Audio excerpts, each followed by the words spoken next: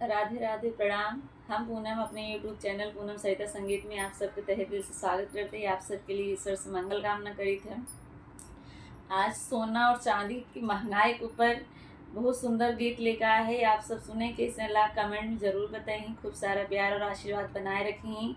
और एक स्त्री जौन है अपने पति से जौन कहत बा वो आप सब ध्यान से सुनिए और समझिए और अमल करिए निकले ऊपर जरूर।